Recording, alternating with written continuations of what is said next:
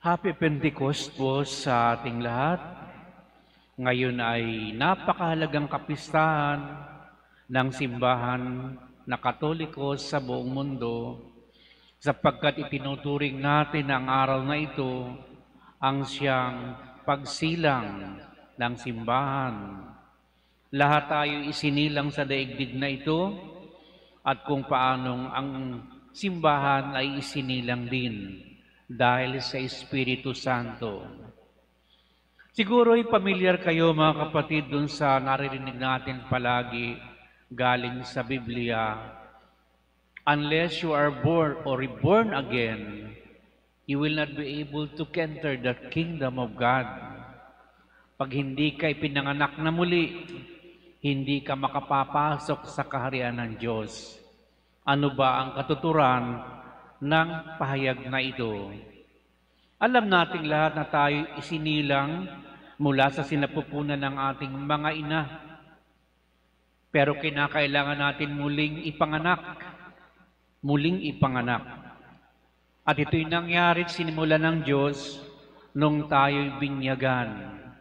Ang dahilan lamang ay upang alisin ang dusta ng kasalanang minana natin upang tayo pakabanalin kasi mula pa nung tayo iluwal sa daigdig na ito. At ipinagpatuloy ng Diyos ang mga bagay na ito sa pamamagitan ng mga sakramento. At kung meron mang pinakamahalaga na gampanin ng Espiritu sa buhay natin, ito'y nakasaad ngayon sa Ebanghelyo. Nang suguin ni Jesus ang mga alagad at sabihin, ang kasalanan inyong patawarin ay pinatatawad na nga sa langit. Kung nagsimula ang Diyos sa paglilinis sa kasalanan nating mana sa binyag, ang sentral na sinasabi ng mensahe ng Espiritu Santo ay hanggat hindi tayo nakapagbabalik loob sa Diyos, nalilinis ang ating pagkatao, wa-epek, hindi gagalaw, hindi natin mapakikinabangan ang tinatawag na gifts of the Holy Spirit. Sapagkat sa malinis nating puso, kaluluwa at pagkatao, doon lamang pwedeng manirahan ang banal na Espiritu. Sapagkat tayo nga at ang ating katawan ay sinasabing templo ng Espiritu Santo. At hanggat di natin nalilinis ang pugad ng Espiritu Santo, hindi natin mapakikinabangan ang mga kaloob na ito na sinasabi halimbawa sa ating isip, yung gift of wisdom, understanding and knowledge. Wisdom, karunungang nagmumula sa Diyos. Understanding, naunawaan natin ang mga bagay na nangyayari sa atin sa ngalan ng Panginoon. At knowledge, alam natin ang galawan ng Diyos sa ating buhay. Iyan yung gift na dapat matanggap ng tao sa pamamagitan ng Espiritu Santo. Kaya ang unang-unang panawagan ni Jesus ay ang pagpapatawad ng mga kasalanan.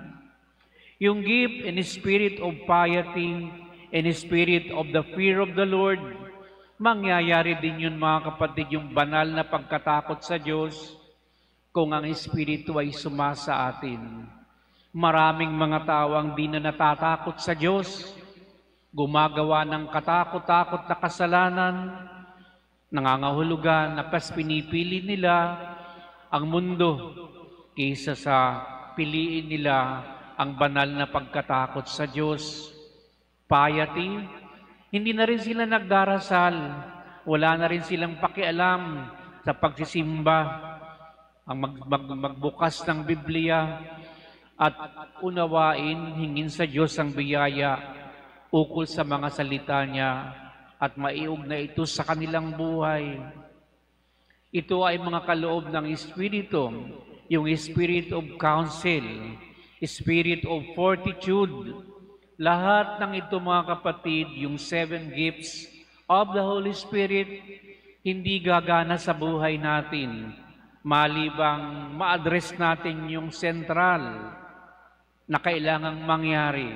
Ito'y malinis natin ang ating pagkatao. At hindi katakataka mga kapatid na sa loob ng mahigit 2,000 taon, mapatutunayan natin na ang Espiritong ito'y totoo, na buhay, gumagalaw, kumikilos ng di natin namamalayan sa mundong ating ginagalawan. Paano mo halimbawa maipapaliwanag sa ngayong panahon ang pagdami ng mga Katoliko sa iba't ibang panig ng daigdig? Ayon sa iba't ibang istatistika, dumabami ang conversion ng mga Katoliko. Halimbawa sa Vietnam, napakaraming bokasyon. Baka nga mas marami pa sa Pilipinas. Pero alam naman natin, marami pa ring bokasyon sa Pilipinas, bagamat sinasabi natin kulang dahil hindi na rin ganong karami kumpara sa pagdami ng tao. Paano natin maipapaliwanag ang Santo Papa mula noon hanggang ngayon? Hindi napuputol ang ugnayan sa isa't isa, yung chain of succession. Dahil ang isang tanda ng pananahan ng Espiritu ay unity. Pinag-iisa nito. Sabi nga kanina dun sa ikalawang pagbasa, iba't iba ng kaloob, pero iisang Diyos at iisang Espiritu ang nagpapagalaw sa kanila. Kaya ang unity ay bahagi rin ng pananahan ng Espiritu at lalo't higit ang kapayapaan. Kung mapapansin natin, 2 beses na binati ni Jesus ng kapayapaan ng mga alagad, sumainyo ang kapayapaan. Bagamat pwede siyang manumbat, dahil itong mga alagad na ito nagsipulasan, nagkanya-kanya, may nagtaksil sa kanya, wala siyang sinabing ganun, kundi hiningahan niya ito at ipinagkaloob ang Espiritu Santo. Ito ang naging bagong panimula, rebirth. Ito yung they were born again in the Spirit.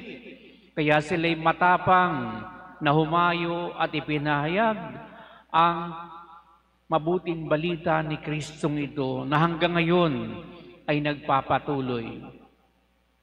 Ang marami at pinakamalaking charity sa buong mundo, ito'y produkto rin ng mga taong may mabuting kalooban.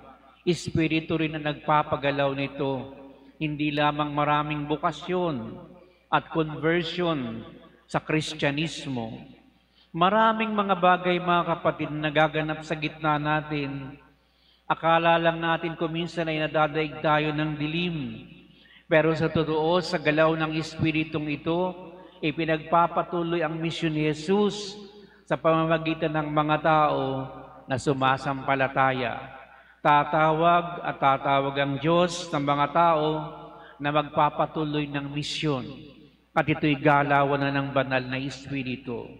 Ngayon, ang tanong, paano mo nararanasan sa buhay mo ang galaw ng Espiritong ito? Ikaw ba ay mayroong natatanging karanasan na sa palagay mo, ito'y dahil sa Espiritu Santo? Ano ang iyong patotoo sa mundo na talagang may Espiritu Santo na bagamat di natin nakikita, siya'y umaagapay, tumutulong sa atin upang tayo linisin sa kasalanan. Gaano ka nagbabalik loob sa Diyos taon-taon, nagsisisi sa kasalanan upang ipahayag sa mundo na nais mong panahanan ng Espiritu Santo. Maliliit na bagay na kung tutuusin ay malaki, sapagkat hindi nga kikilos at gagalaw ang Espiritu kung hindi naman natin siya pinapapasok sa atin.